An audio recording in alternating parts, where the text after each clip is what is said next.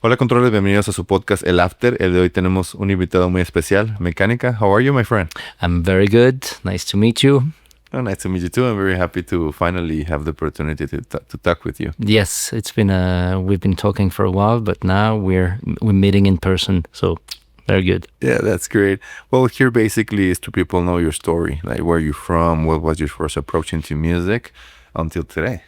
All right. Okay. So where should I start? When I was a little kid or later on?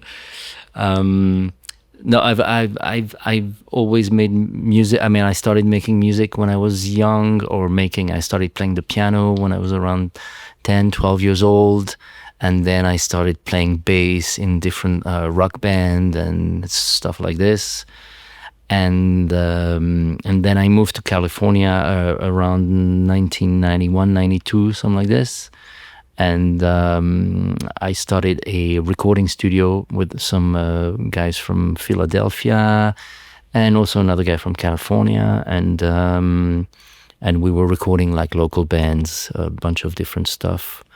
And at some point, I decided to sell my musical equipment so that I could buy some synthesizer, sampler, and stuff like this. Back then, you needed the machine. And I started to experiment with electronic music back then.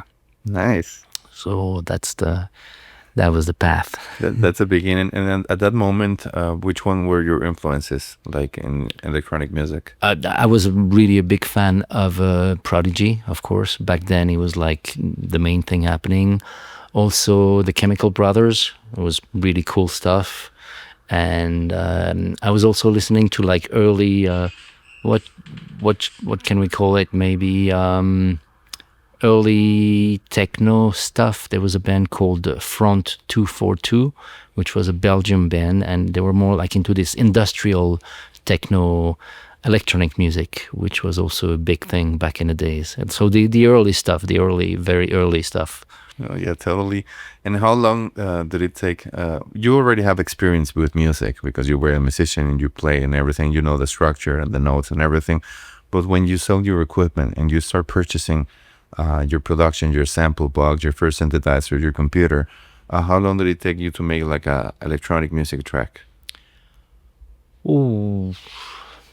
Well, the thing is that before I left Switzerland, we started a techno project, not a project, but techno experimentation with my friend Sami CPU. Maybe you know about CPU, yeah. Old school legend as well. Yeah, and I know the story of his studio also and everything. Okay, so we were together within the same thing. So before leaving to California, we had like this a TB303, a TR drum machine, and sequencers, external sequencer, and we started some ethnic techno stuff. So we were acquainted with that stuff. And then when I started, when I bought the equipment, this is when I also discovered psychedelic trance, which was something new for me. So I bought a Virus and these type of synthesizer, and I started doing that. And then we started like a project called Biodegradable, which was me, CPU, and Mad Max. So it was the three of us. And back then there was like 98, 97, 98, something like this. We started to release some of our own music alone. Our first album with Biodegradable was self-released and mainly available in North America and California, where we like had a little bit of a distribution. But back then it was CDs, so it was not the same story. And after that, we started releasing. We released a full. We released first singles, individual tracks on compilation and stuff like that, and then we released a full Biodegradable album in '99, I think. Yeah, '99 or 2000, something like that, which was called Phaser, and it was on a Greek label called Inti Raimi. Obscure stuff, but that was the beginning of psytrance. Yeah, totally. Yeah, when I interviewed Mad Max, he shared the story about about this project, Biodegradable, and also the story that he made the first track with us in the CPU studio. Yes, yeah. That studio's a legend. Like, so, well, you started with biodegradable, biodegradable. Biodegradable. Sí. I think it's easier in Spanish for me. Okay, you start playing, and what happened? Why it ended? It ended because Sammy left California. Then it was only me, and well, basically the three of us started our own solo project. Mike started Seriousness with his girlfriend. Sammy started CPU, and I started Mekkanikka. And Sammy moved to Europe. I stayed in California for a while, and Max and Davina moved to Mexico for also a few years. And that's when we all like started like producing our solo project, basically. Yeah, totally. And why Mekkanikka? Why you get? How do you get to that name? That's the question. That's a long story, actually.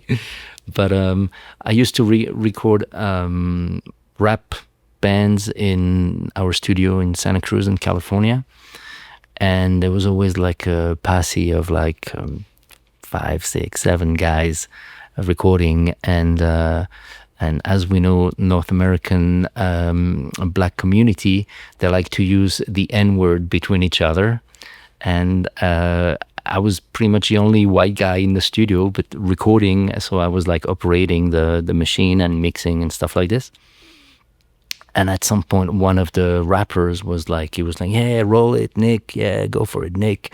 And then he was like, oh, Nick, nigga, Nika, that's your name, Nika. So they gave me the nickname Nika, which stayed with me for quite some time. And when I was looking for a name for my project, actually, I'm a big fan of Metallica. And I was like, okay, Metallica, Mekkanikka, that could be something that I can work with. So that's when I started, I choose the name. And also I saw the name of a comic in a comic book store in San Francisco. And the hero, the name of the hero was Mekkanikka with the CH, not the K, like I wrote it. And so I got inspired by that as well. Wow, that's a nice story. Superhero. I thought you were a rock star, you're a superhero. And with our project that we're talking a little bit, you look like a superhero because you have an outfit now. Ah, yay! Nice one. Oh, that's good. And well, Metallica from San Francisco also. So. As well. Yeah, but very killer band. I had the opportunity to see them several times, and it's quite amazing. Yeah, old school rock and roll, heavy rock. Yes, we love rock. So okay, you start with Mekkanikka, and how long did it take? You already have a lot of experience making music and everything. You know already the scene and how everything works, how to make your music and launch and distribution at that time with the CDs. And how long did it take when you name Mekkanikka and you start launching music? Oh, it was just very fast because like I was already writing stuff on solo tracks, like experimenting alone, basically. And I think like maybe like 1 year after I started writing music on my own, I was releasing a few tracks with some labels here and there, and then I started working right away with Spirit Zone, the German label, which was like one of the biggest back in the days. And I think I started around like end of 2001. By 2002, a few singles and vinyl started coming out on Spirit Zone. And 2003, I think my first album, full-length album, came out end of 2003, 2004. And this is also when I started performing my first live set of Mekkanikka. It was VooV Festival 2003. Wow. Yeah. Pretty big. You went go big or go home. Exactly.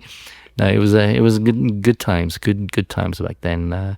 They were a really good label, taking care of all the distribution, promotion, and yeah, all the business end of things that I was not really aware of, let's say.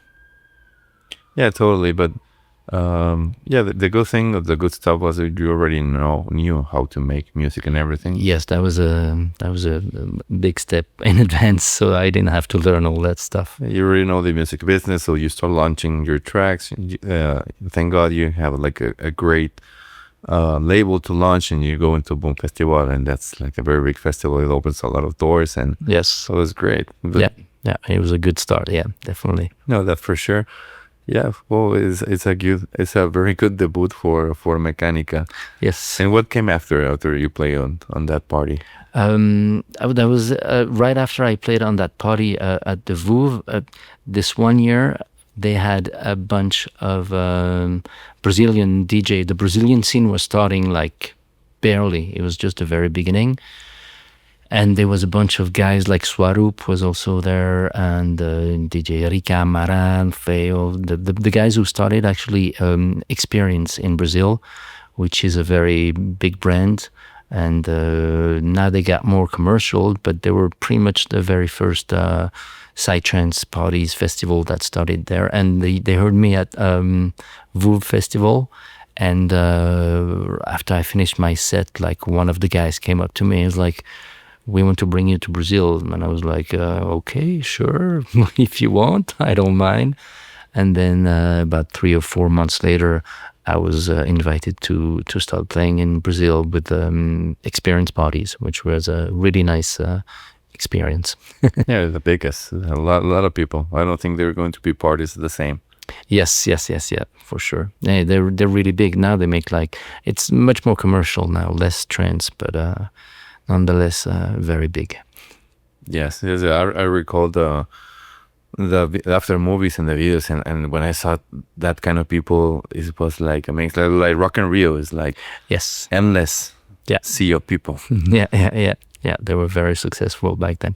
Still are, actually.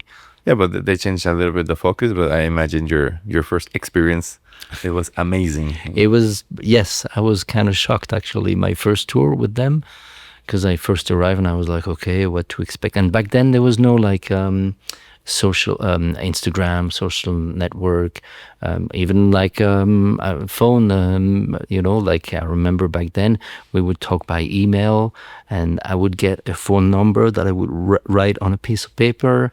And usually I would arrive at the airport in the other country, hoping somebody was going to be there. And if not, I would take the phone, put coins in the phone, call that number to let them know that I was here. And so it was a different era, different times. Yeah, totally changed a lot. And yeah, you have like all the evolution. Like you started. Yes, I saw lots of changes, and also in the way the music was produced, in the way the music was pressed, distributed. We went from the vinyl CDs into digital distribution, basically. And even before that, we had like some DAT tapes. So that was the very old school way of sharing trance tracks. Back in the days, the DJs had to get 2 DAT players and press one here and record here. That's how they would exchange the track between each other. So Yeah, and different times. And now you can Dropbox or WeTransfer or whatever. 5 minutes and then that's it. Less. Yeah, I still remember that when I get my first track mastered by Neuromotor, he sent me the tracks and the internet was very slow, so you need to leave the computer like 2 hours to download each track. Yeah, well, back then when I started first sending music to Spirit Zone, it was pressed on a CD, put in an envelope, go to the post office, send the envelope, wait 1 week before it would reach Germany, and then like try to write an email like, "Did you receive my demo?" and stuff like this. So it was very long between the creative process until the music was being released, basically. Yeah. And now it's like you send it and you receive feedback immediately. Hey, you should, I don't know, change a kick or make some instantly, like this, and then it change it, export it, and send it again. Bam. Yeah. It's very good to have access to such a fast technology now, because like you can write fast, you can release fast, so it's a good opportunity actually that the technology has developed in this direction for us. Yes, and the new talents don't realize how it was in the old days. Oh yes, but I'm not gonna say that because then I'm gonna look like an old guy. No. You let's talk. You have experiences in the scene, Sounds good. and it's part of that technology. Like right now we have AI. I don't know what is going to happen in a few years. So Yes, we'll see. things are changing so fast, Very fast. And can you share what in all your career, like your best experiences in this scene? I can share some stories. They might not be the best, or I have some very interesting stories in this scene. But some of my best stories definitely are the first VooV experience, the first festival. It was very big. It was pretty much one of the only festival back then. That was quite breathtaking. The experience in Brazil was also very cool back then. There was a few other. I came to play in Mexico around that time, around like early 2000. I remember some of the Metagenesis in Guadalajara. What was it called? Time and Space, Space and Time. Yeah, Time and Space. Yeah, and it was really the beginning of the explosion of psytrance. Let's put it this way. So these very first few years when I started like touring worldwide, it was very like everything felt very fresh and very exciting. Definitely. Yeah, totally. Yeah, you're talking about the beginning of the scene of psytrance in Mexico. Yes. Oh, yeah. Definitely. Definitely. Yeah, the good times. And I don't know if you want or you can share like not so grateful experiences. There. So I have one story that was quite. How can I say it? Quite interesting, and it actually was in Mexico. It was in Monterrey in, I think, 2012, 13 or something like this. That's when the whole like cartel thing started to happen, basically, the competition between the different cartel. And so I was playing in La Huasteca in a party near Monterrey. And as I was playing, so I was just playing, I was doing a DJ set, and then I was supposed to play a live set after. And back then, the live set, I would use the laptop and stuff like this. So I had my laptop ready to go, and I was playing DJ set on CDJs, on CDs actually back then. And suddenly I see the crowd. It was a fairly big party under a big tent. And I see the crowd like climbing on stage and climbing on the monitors and like people running everywhere. And I was like, what is going on? I don't understand what's happening. And so I had my headphone, the music was blasting, so very loud. And then I look in the back, and in the back of the area, there was like 12 guys, all military gear, guns, and shooting in the air. And I was like, whoa, what is that? What's going on? And I decided to just grab my computer, grab my passport, and starting running away. And so I left the tent, and it was like a field, like a big field, and they had like barbed wire all around. So I decided to hide in I did hide under a bush basically. And I was like, okay, I'm just going to chill here and hopefully escape the madness. And basically, like, they were going around to gather the people back in the tent. And so this one guy found me, of course. He had a big rifle. And so I was like, okay, walking with my laptop in my hand, my passport in the other hand. And I remember I didn't speak much Spanish back then. And I remember I was like, oh, no soy mexicano, no soy de Mexico. And the guy was like, hey, gringo, ándale, güey. And so I was like, oh, shoot, what's going to happen? So they got us back under the tent behind the stage.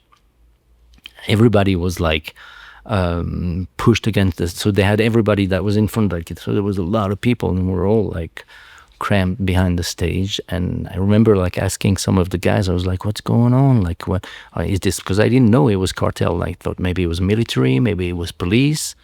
So I was not like understanding the whole situation. So I asked like some of the guys I was like, what, ¿qué pasó? What's going on? ¿Qué pasó?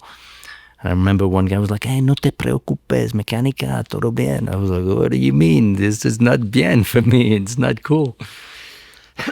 So as we were like, they were taking people one by one behind the stage, and they were emptying everybody's pocket and basically robbing everybody from whatever they had. And when I saw this, I was like, I'm not gonna let that happen to me. So I just dove under the stage. So I was just like hiding under the stage, and I had like a jacket, so that I put my jacket on, I covered myself or something like this so that they wouldn't see me. And as I go under the stage, I look on the side, and it was like 10 people that did exactly the same. So we were just like hiding like this under the stage. And at some point, like they took everybody back in the center of the dance floor, basically, and they had everybody gathered there. And I was like, okay, I'm not moving like until anything happens. So, and at some point, again, a guy came with a flashlight, with a long rifle, and he went under the stage to look what's going on. So I was all covered, and he basically like touched my leg with his hand to see, and I was like, I am a bag of cables, you know? And so he was like, oh, that's a human. So he took his gun and just like slammed it in my leg. And I was like, okay. So I came out from under the stage. And as I came out from under the stage, he went under the stage to see if there was more people. And this is when I run. I left the tent, I run, I took the barbed wire and I grabbed it, and I bled everywhere. I destroyed my jeans and my clothes, and I started running. And as I was running, I would hear shotguns and somebody screaming behind. So I didn't look around because I was just running. So, but I guess the guy was shooting in the air or shooting at me or something like this. So I just like, I run away in the desert of La Huasteca with the full moon. And it was like, oof, it was crazy. I never felt so much adrenaline in my body, basically. And I ran until I couldn't breathe anymore, basically. And then I started to hide again behind the bush and try to see what was happening. And the shotgun had stopped. Nobody was following me. So I was like, okay, I'm gonna wait here a little bit and see what happened. And then after 20 minutes, I saw some cars leaving the area because I could see the party site. Some cars leaving the area, and so I started approaching back the tent area. And as I arrived there was no sound, there was no noise. And as I arrived there, suddenly I heard like people screaming of joy, you know, like, yeah, okay, right, great. And it was the guy from the cartel who told the kids, they were like, nobody speak, for you look on the ground for 15 minutes, and if anybody speaks, we're going to come back or whatever. And basically that was the end of that story, which was a crazy story. And I remember some of the guys were like, oh, Mekkanikka, you going to play now? I was like, no, the party's over. Take me to the airport. I don't want to have anything else to do with this place. So that was a very intense story. Well, honestly, I can say this is the most impressive story in 120 episodes for sure. So I have a better story than that. It's a more funny story. Let's put it this way. Shall I go? Sure.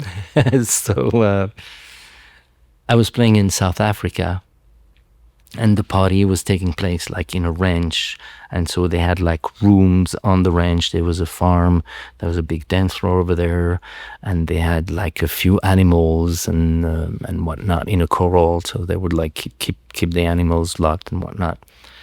And great party, great vibes. And I started playing my set, and as I started my set, I asked the girl who was playing right after me, I was like, oh, can you go to the bar and get me a vodka Red Bull or something like this, you know, so I can like get in the mood.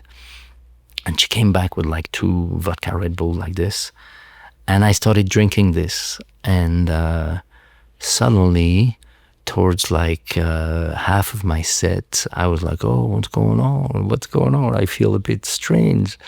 And basically I finished my set. I couldn't remember anything of my set. I was like, okay, I don't know what's going on.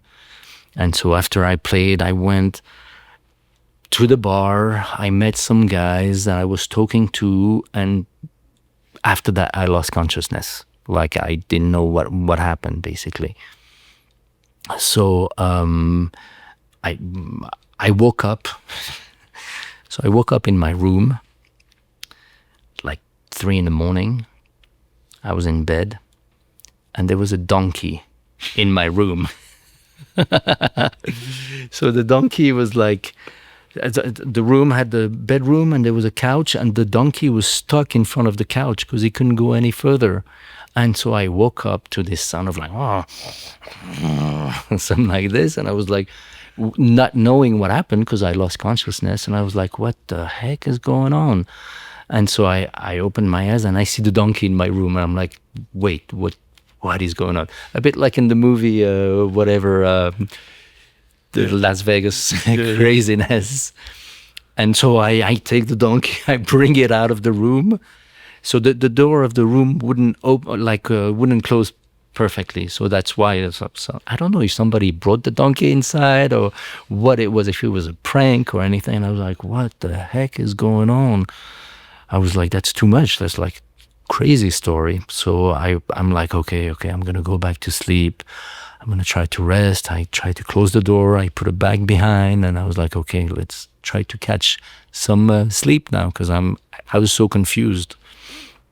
2 hours later, some guys in uniform came, and they had like earpiece, and they came in the room and they started talking in Afrikaner, in the African language. And I was like, I woke up and I was like, oh, I grabbed my passport. I was like, I'm Swiss. I'm from Switzerland. And they go like, hey, no, we're okay. I thought it was the cops, you know. I was like, no, we're okay, because we brought you back here around like 9 o'clock at night because you were throwing mud at people on the dance floor. So apparently I was rolling myself in the mud. I was throwing mud on people.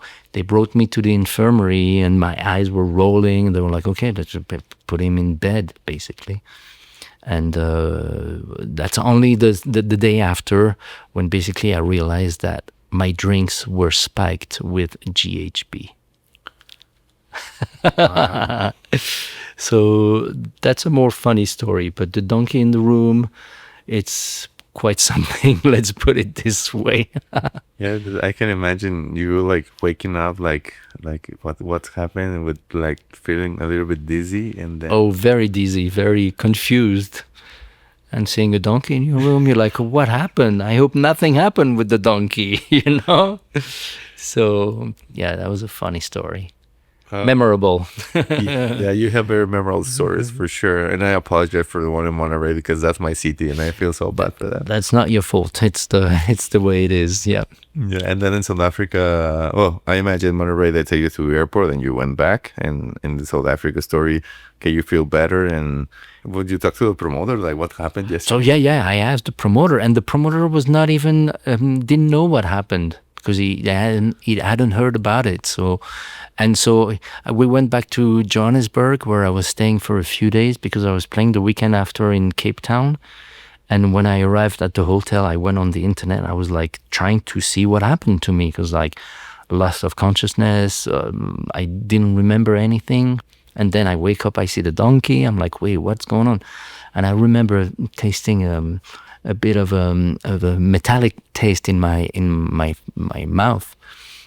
So I was like, wait, what is this? And after like looking up for symptoms and all, I realized that it was the only possibility. It was GHB.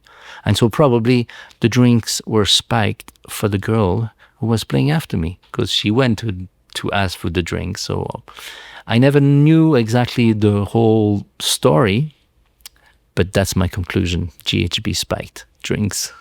Yeah, well, the good thing is that then you feel good and you had everything with you, like your passport and your and everything, and you feel safe back. Yes, yeah, no. The rest of the trip was really good. The party in Cape Town was great, and I was okay. I was safe. Well, I'm very happy for that. Now let's go back a little bit into music. I asked this question because people, if don't know you, I don't think so. The best tracks that you can recommend. So, Ooh, that's a hard question. I know people like a lot a track that I made with Michel Adamson called "Are You Awake?" A lot of people actually really like this track, and I'm actually going to make a remix to make it more modern, because it's getting a bit old now. As a producer, I always refer to my latest work, because that's usually the one that I feel the most proud of or confident of or whatever.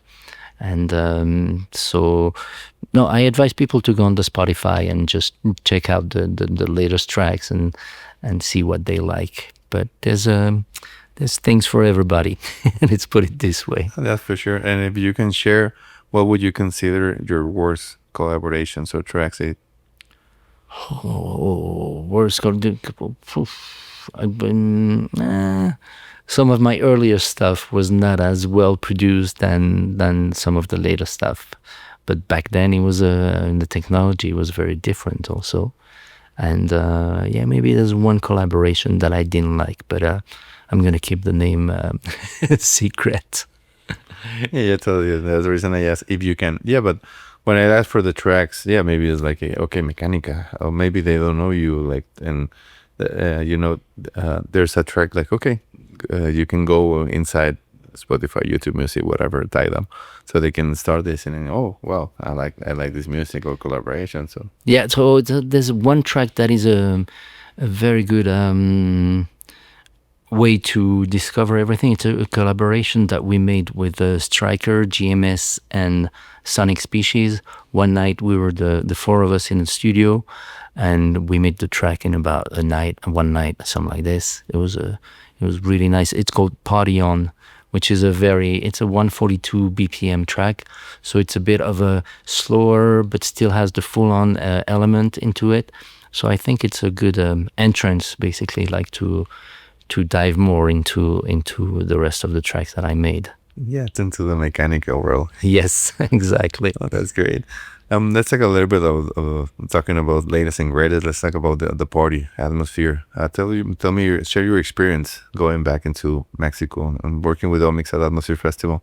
That was really good. Like really, I played for Atmosphere, maybe 2010 or 12, and then later on in like 16 or something like this.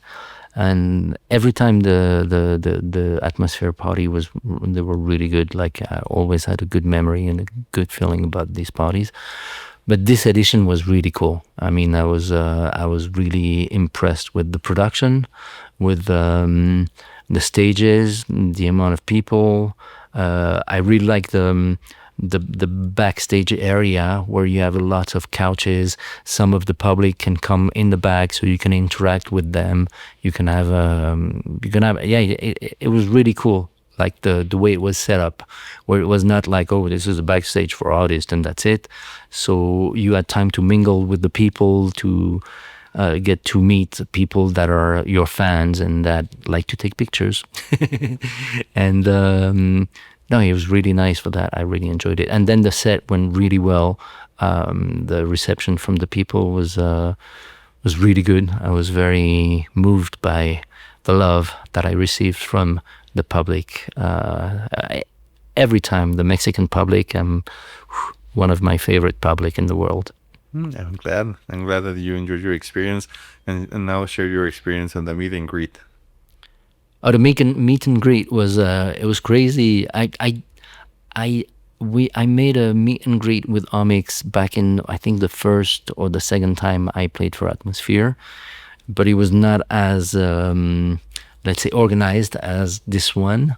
And as we walked into the room, I was a bit shocked to see so many people that came to meet us, and with the music blasting, DJ playing, and the interaction with the fans, it was really something to remember. Because and it's fun. I really enjoyed it. This is the only place that I see something like this. In Brazil, there's a big fan follow up and whatnot, but they're not as passionate, let's say, as the Mexican fans, which is it always brings me a really good feeling to see that. It gives me always remind me like why I'm making music, and the reason why I'm making music is for the people. It's not for me. It's not for career or fame or anything. It's really like to see the public have a good time and have a good experience when I play, and see them enjoying the music that I make. This is very important for me. No, yeah, totally. And I saw the reaction of the people, and they were very happy at the showcase, and also after your set, and a lot of pictures. And yeah, you are a very talented artist and producer, and thank you very people much. like it. And Ommix has been in the scene for over 20 years. Yes. What are your thoughts about Ommix now making a party in Brazil? This is great. This is exciting. I wish him full success, and I think it's going to be successful. I know that he's actually working a little bit with my booking agency in Brazil called Mekkanikka, which is a new booking agency. And unfortunately, I was not, the dates for this coming edition were not working with my schedule. So I hope maybe next time I can take part in that one in Brazil. It'd be great to have like this Mexican party or Mexican Ommix thing in Brazil and see how it goes. But I'm sure it's going to be successful, or at least I wish them lots of success. For sure, we're looking forward to they have a great event.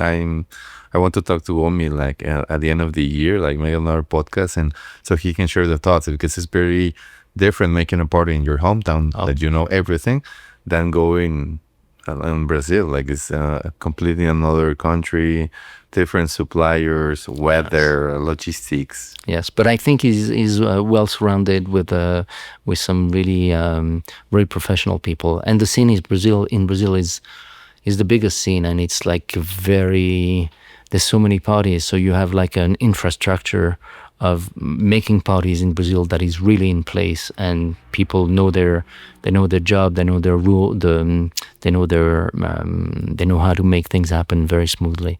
So I'm sure it's going to be good. No, yeah, totally. Now let's talk about your new project. The Wikidz project. So this is a project that I made with a Striker. And as you know, Striker is a wicked producer. Again, wicked. He's a really good producer, talented artist. And we were living in the same area in Spain. And at some point, after making, I think we made like 2 tracks together. And at some point, we're like, oh, we want to make a different project, something a bit different. And I think we started making a track at 138 BPM or something like this. And after like starting this track, we were like, that's not what we want to do. We want to change. We want to break the rules and do something very different. And so we started experimenting with a faster BPM. I think we started at like 158 BPM was our first track. And then we went up and down and up and down, and in the end we settled for this like fast BPM stuff, and which is a lot of people like refer to it as high-tech. We like to refer to it as a speed bass, which is a little bit different. High-tech is I don't know. It's we have the same BPM, but maybe the content inside the track is different than iTech. So yeah, the focus is to keep on releasing that stuff. We had one track that Indira Paganotto played many times, and she actually closed the Monegro festival in Spain. I think they had like 50,000 people, and so she closed her set with our track from Wikidz called "Hear Me Now." So that was a really good thing for us. We're like very happy that she liked it, and so we'll see where it's going to take us. Oh, and how do you get into the name? The name basically, wicked in English means dope, great, fantastic. And as we are getting older and as we don't want to grow old, we decided, I was thinking about this wicked stuff. And I was like, hey, wait, Wikidz sounds okay, cool. We kids, we are kids, we are still young in the spirit. So then we decided to take this name. Plus, it has a good, impactful name. I think it's short and impactful. So that's why we settled for this. Well, yes, I think it's as a nice story. And how did you get with Striker for the look, like the outfit? So basically, like we're a big fan of like Prodigy and that type of stuff, and we were like, okay, we can like inspire each other with this punk attitude, rock punk, speed bass, speed metal, and all that stuff. So we're like, okay, let's go for it. And then one day, Striker found the glasses, and he was like, let's do the glasses. And I was like, okay, great, looks great, let's do that. And so we really worked really well on stage when people see the glasses, and people get quite excited with the look actually, and the music behind, which is quite powerful. Yeah, I really love your set, and people welcome the project very well. Nice. You saw it. Yeah, but it's good to hear from an outside perspective. Yes. I think it's I've been following you. I know you since a lot of time, the Mekkanikka project, and when I saw that you launched this project, because you both, even the Striker and yourself, posted like this new project, and I started like, oh, let's see what is the new proposal. And when I saw this new proposal, I said, wow, it's full of energy. Something new, and I was very curious, like, to see, because I already know your music, and I already know Striker music. And when I saw the reaction yesterday, it was like amazing. Like all the people it was something new, because they're using to the 140 to 145 stuff. So now you throw something like goes even higher, and Mexican scene, Mexico, we have techno, we have psytrance, but also the high-tech forest or speed bass, something different. And people, I think it was something refreshing for them, because they were used and you saw it. You just saw it exactly, and I'm very glad that you get this in reception, and I hope that you keep like playing. And I think indeed taking that track and playing it give a lot of exposure, and it's like the result. The consequences of all the hard work and experience that both of you have. Great, thank you. Yeah, no, I think there's good potential for this project, and really the main thing for us was to do something very different than Mekkanikka Striker. We just didn't want to do like psytrance again, or like a duo that was doing the same thing, but we do incorporate the element of psytrance, the rolling bass, the triplet bass, the upbeat, and we even go into a bit of the hardcore, high energy, the kick, and the going straight on the one, bam, bam, bam. So it gives it's quite a nice array of different style mixed in together. Yeah, totally. No, I wish a lot of light and success for this project, and also for the Mekkanikka and the Striker. I really like you guys. I think you're amazing persons. You're amazing producers, and only good stuff for you. Well, you have a lot of experience, and I would like you to share, like tips or recommendations to somebody that wants to go inside the music production or DJing, or they are already doing it, like, so they can improve, or what are your tips for the audience? So I get that question a lot, actually, and I during the pandemic I started teaching classes online, private classes. So I have a bunch of students that are that have been studying with me, and one thing that I realized the most is that, okay, the production, the arrangement, the sound designing, the mixing, and all that stuff is one part of the job. But the most important part, I think, is the mental stuff.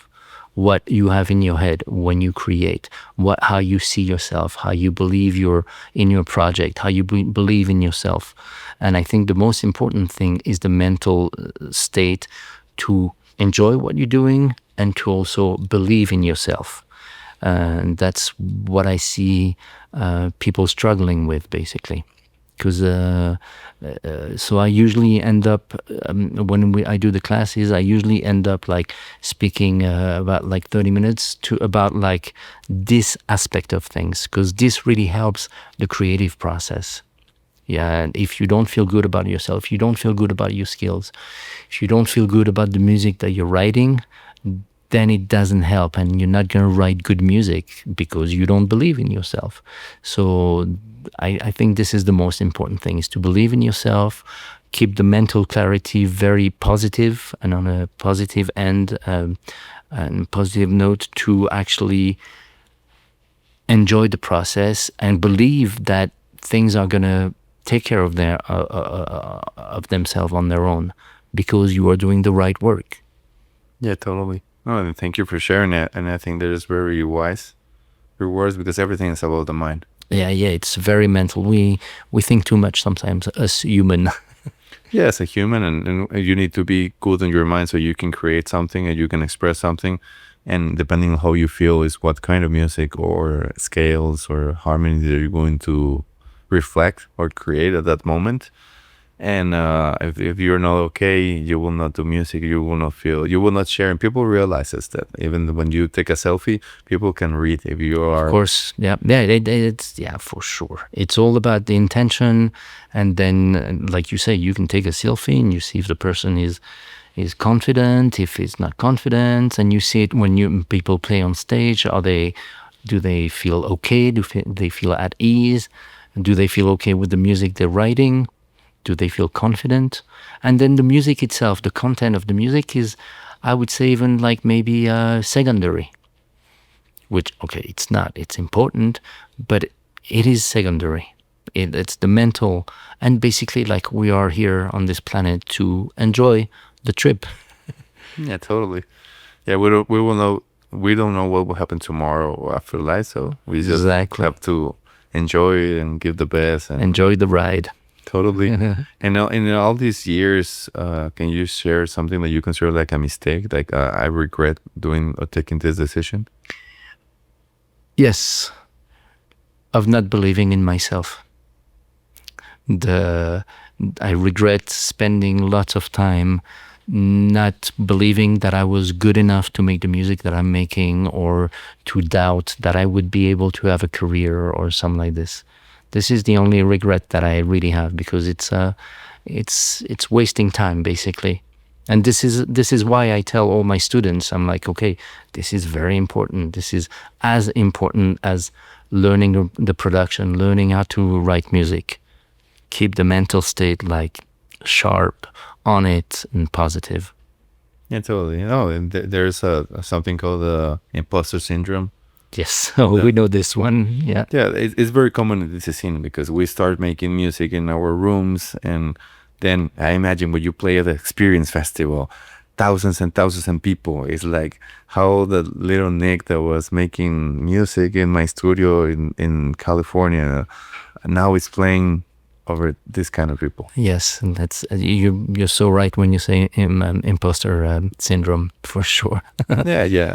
I personally had it. Like sometimes it's like I don't believe that the little guy from Monterrey that was. Exactly. And now also it happens with me with the podcast. It's like how do you imagine talking to side translations like you and all the ones that have been in this program? It's like it's the same. It was an idea that I say, okay, I want to make something to get back to the scene, to talk with artists who share their story, and also learn a lot. And it's like after you sometimes you give things for granted. Yes, like totally. It happens when you play. It happens when you make interviews and everything. It's like, yeah, sometimes I go back and I say I'm so grateful that I have this opportunity to talk to a lot of people and learn about them. Yes, yeah. Grateful is the right word, for sure. Like we need to feel grateful about what we're doing, about this life that we're having the opportunity to live, which is quite amazing, actually. Yeah, totally. And yeah, I hope I will see you soon, and maybe, well, in another gig or here in Mexico City or all over the world. We will never know. That sounds good. I hope we meet again, for sure. Yeah, that's for sure. Where are your social media? Where can people follow you?